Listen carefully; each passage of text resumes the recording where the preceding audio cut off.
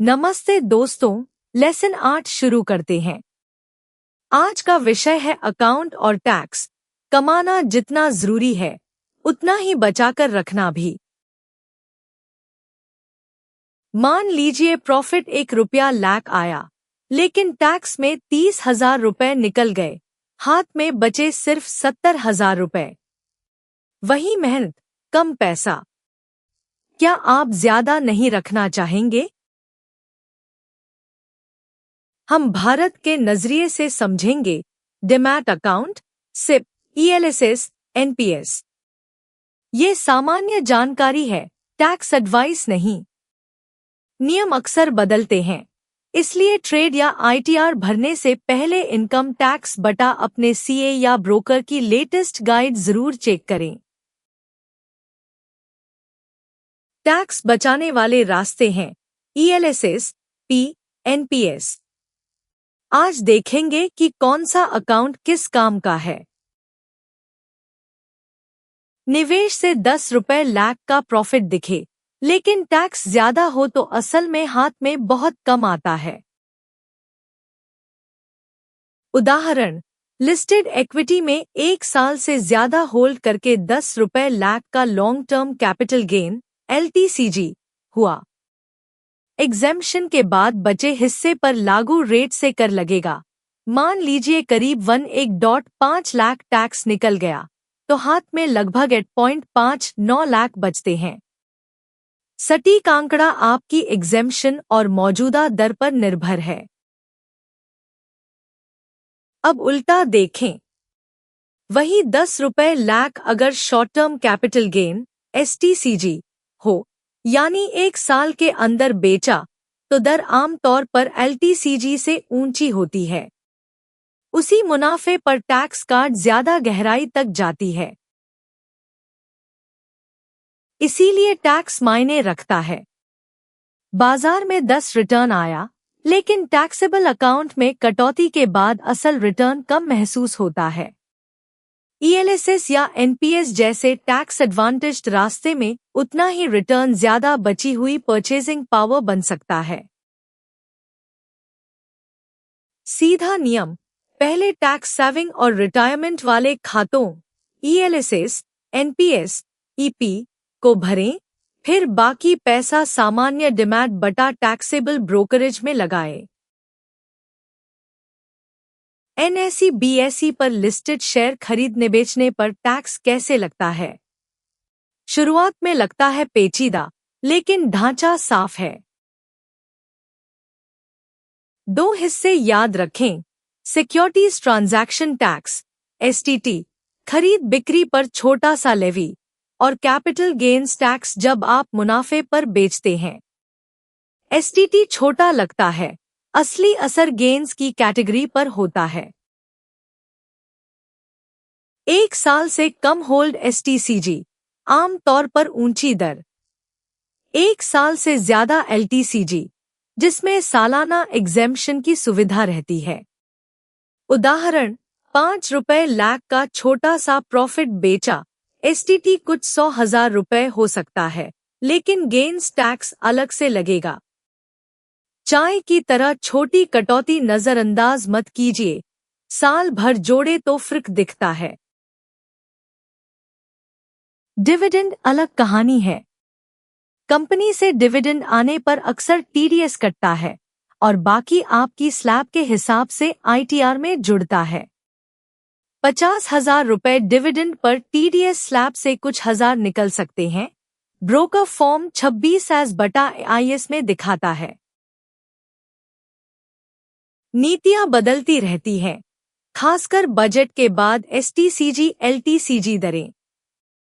निवेश से पहले अपने broker app, income tax portal या सीए से लेटेस्ट नियम कंफर्म करें। मैंने सुना था टैक्स नहीं लगता वाली अफवाह पर मत चलें। यूएस, जापान जैसे विदेशी शेयर इंडियंस के लिए और जटिल हैं। पैसा बाहर भेजने पर एलआरएस, लिबरलाइज्ड रेमिटेंस स्कीम की सालाना सीमा लागू होती है, और गेन्स पर भारत में रिपोर्टिंग जरूरी है। उदाहरण समझें।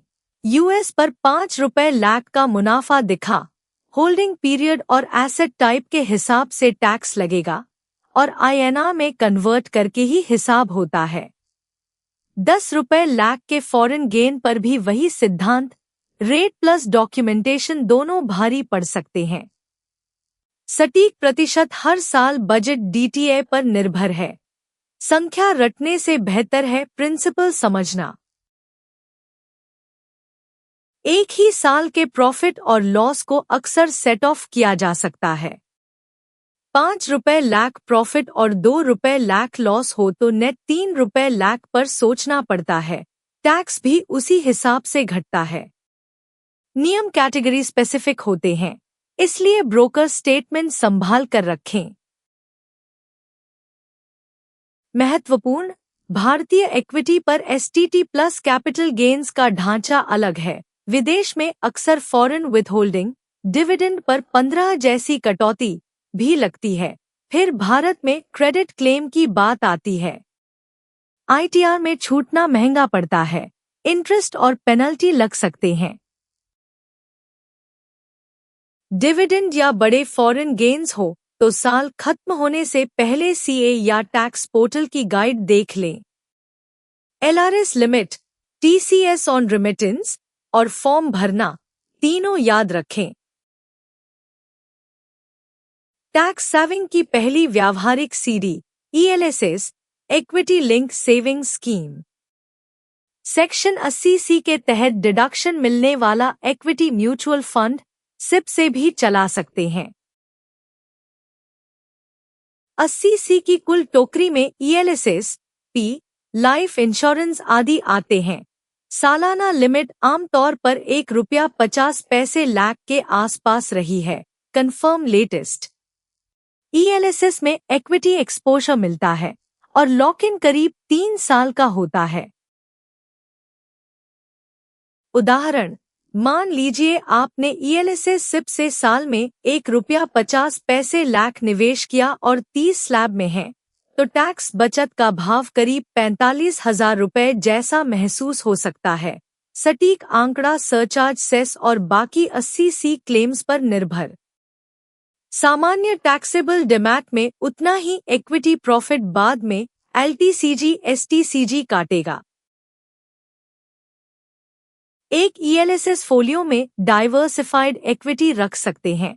अलग अलग स्टॉक्स घुमाने की जरूरत नहीं। डिमैट में डायरेक्ट स्टॉक्स के साथ साथ ये टैक्स प्लस इक्विटी वाला डिब्बा समझिए। लेकिन 3 साल का लॉक इन है, बीच में निकालना आसान नहीं। कम से कम 3 साल छोड़ सको तभी ईएलएसएस शुरू करें। शॉर्ट टर्म ट्रेडिंग के पैसे यहां मत डालें। रिटायरमेंट जोड़ो, टैक्स भी बचाओ। 3 जाने पहचाने नाम, एनपीएस, ई और पी। मूल आइडिया, आज कंट्रीब्यूशन पर डिडक्शन, लंबी अवधि तक अनुशासन। एनपीएस, टीआरआई में वॉलंटरी कंट्रीब्यूशन पर सेक्शन 80 सीसीडी के तहत अतिरिक्त डिडक्शन का रास्ता मिल सकता है। 80C के अलावा लिमिट नियमों के अधीन। उदाहरण, साल में 50,000 रुपए एक्स्ट्रा एनपीएस डाले और आप मिड स्लैब में हो, हजारों रुपए की टैक्स राहत महसूस हो सकती है। एग्जैक्ट अपने स्लैब से गिने। ये अक्सर सैलरी वाले एम्प्लॉयज के लिए ऑटोमेटिक होता है। Employer plus employee contribution. P bank post office में चलता है। लॉक इन लंबा, रिटर्न अपेक्षाकृत स्थिर। चाय जैसी रोज की बचत को सालों तक कंपाउंड करने वाला डिब्बा। उदाहरण मिलाकर सोचें, ईएलएसएस से 80C भरें, फिर एनपीएस में थोड़ा एक्स्ट्रा, एक ही साल में टैक्स आउटफ्लो कम और रिटायरमेंट कॉर्पस बढ़ा। 1-2 लाख सालाना डिसिप्लिन्ड कंट्रीब्यूशन भी दशक बाद लाखों करोड़ों का फर्क दिखा सकता है, मार्केट रिटर्न के साथ। शर्त याद रखें, एनपीएस ईपी से जल्दी पैसा निकालने पर नियम, टैक्स और कभी कभी पेनल्टी जैसी शर्तें लगती हैं। इन्हें बुढ़ापे का पैसा मानकर ही रखें। इमरजेंसी के लिए अलग इमरजेंसी फंड रखें। लेसन 8 3 बिंदुओं में भारतीय लिस्टेड इक्विटी एसटीटी छोटा levy plus STCG LTCG gains पर डिविडेंड पर टीडीएस स्लैब दरें बजट के साथ बदलती हैं। विदेशी शेयर इंडियंस के लिए भारी पड़ सकते हैं। एलआरएस, करेंसी कन्वर्शन, फॉरेन विथहोल्डिंग और आईटीआर रिपोर्टिंग छूटना मत।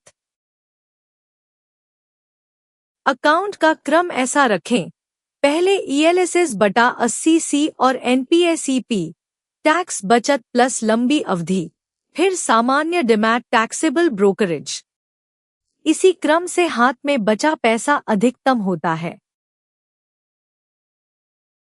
टैक्स लॉ हर बजट में समीक्षा होती है। इनकम टैक्स डिपार्टमेंट अपने ब्रोकर या सीए से साल में एक बार जरूर अपडेट लें। एलटीसीजी एग्जेम्पशन और एसटीसीजी दरें खासकर बदलती रही हैं। अगले लेसन 9 में ऑर्डर कैसे लगाते हैं वो सीखेंगे। ये कोर्स शिक्षा के लिए है, निवेश की सलाह या किसी स्टॉक को खरीदने का संकेत नहीं। हर ट्रेड की जिम्मेदारी आपकी अपनी है।